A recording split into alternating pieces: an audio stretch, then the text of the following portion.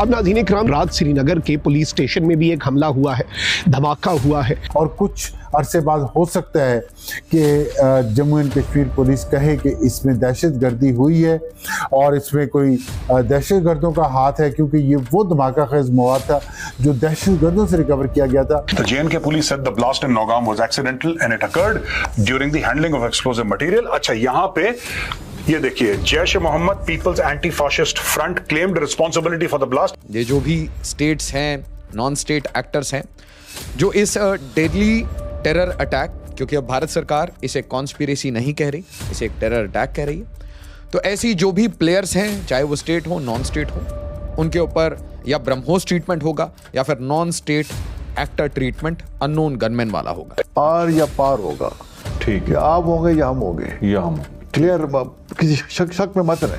ठीक है, हमारी उसी हिसाब से तैयारी है। बट अगर आपने 1 इंच भी हमारा क्रॉस किया तो हमारा जो फुल स्पेक्ट्रम डेटरेंस है वो बड़ा क्रेडिबल है, कन्वेंशनल भी और अनकन्वेंशनल, तो हम कोई भी काम कर सकते हैं। ठीक है, अपना कोई भी हथियार यूज कर सकते हैं, बड़े से बड़ा जो भी हम इस्तेमाल कर देना चाहिए, हमारी जरूरत मत करें क्रॉस। पाकिस्तानियों के लॉजिक के मुताबिक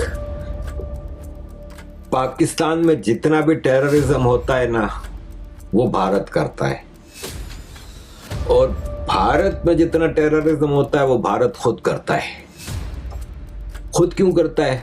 इलेक्शन से वो जीतने के लिए वोटर्स हैं वो बीजेपी को वोट डालेंगे।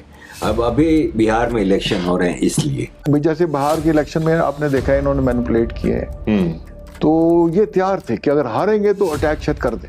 और बिलखुसूस इंडिया का जो मेन स्ट्रीम मीडिया, एनडीटीवी और दीगर मीडिया आउटलेट्स हैं, उन्होंने पाकिस्तान की तरफ उंगलियां उठाना शुरू कर दी हैं।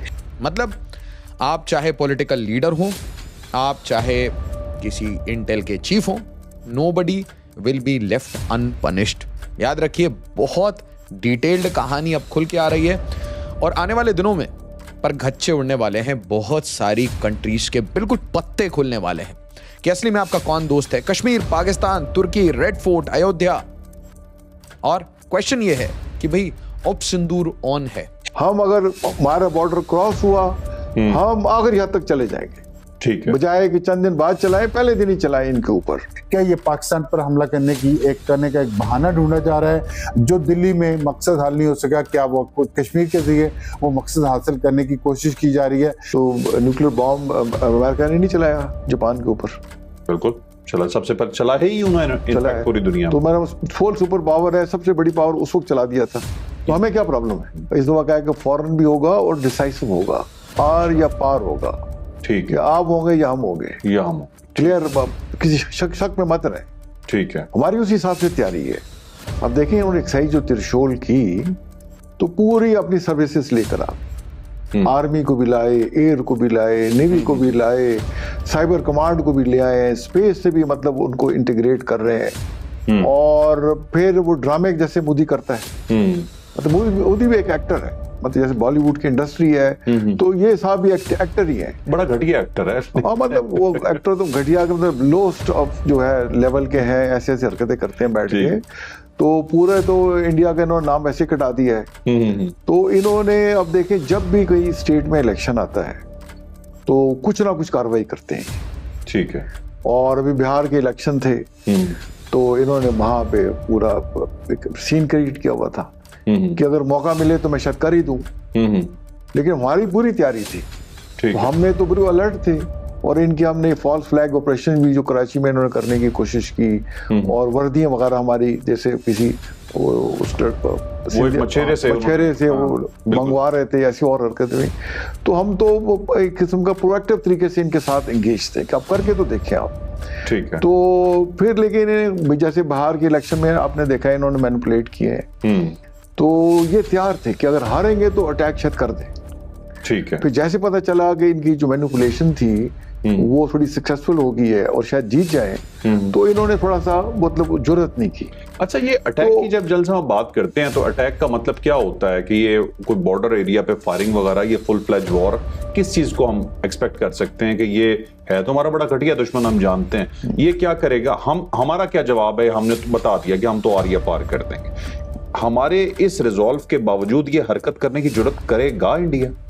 देखिए, उसमें कैपेबिलिटी तो है, ठीक है। हमसे देखें 6 गुना बड़ा मुल्क है, हमसे उसकी कई गुना 3 गुना बड़ी उनकी फोर्सेस हैं, और मतलब जैसे उनकी आर्मी हमसे 3 गुना बड़ी है, और इसका एयरफोर्स भी बड़ी है। लेकिन उनके बॉर्डर्स भी तो नहीं, तो वो ज्यादा सारी उनके तमाम ओरिएंटेशन तो पाकिस्तान की तरफ है।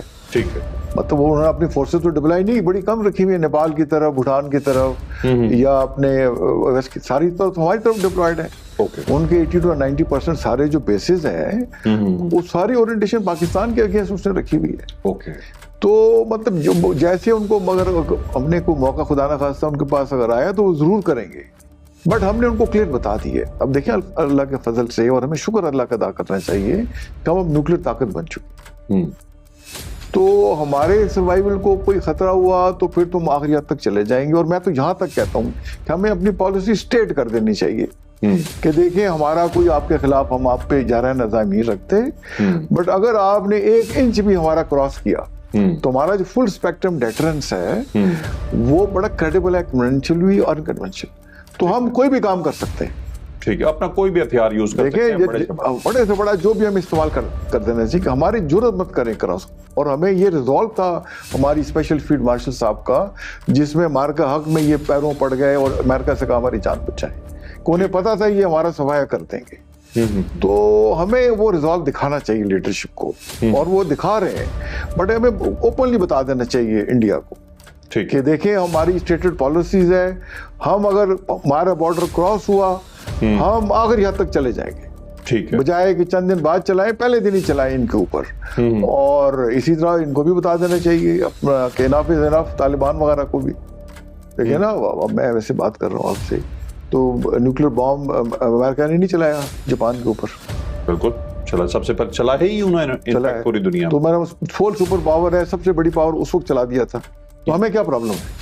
अपनी हिफाजत के लिए हो सकता है, हम अपनी फालतू कर सकते, हमें ये पॉलिसी स्टेट कर देनी चाहिए। ठीक है, ये एज अ पॉलिसी अनाउंस कर देनी चाहिए। बिल्कुल ठीक है। तो भारत ने ये जो न्यू लाइन है ये क्या कही थी? No good terror, no bad terror, any act of terror, वो कोई भी कराता है भारत में, भारत के ऊपर अगर अटैक होता है तो हम इसे एक्ट ऑफ वॉर की तरह लेंगे। और एक्ट ऑफ वॉर का मतलब क्या होता है कि रिटेलिएशन आपकी आर्म्ड फोर्सेस लेंगी। बहुत ओपन सी बात है, बहुत क्लियर सी बात है। अब आप जरा सोचिए कि लिंकेजेस किसके साथ आ रहे हैं। The Delhi blast near Red Fort was linked to Jaish e Mohammed terror module from Faridabad.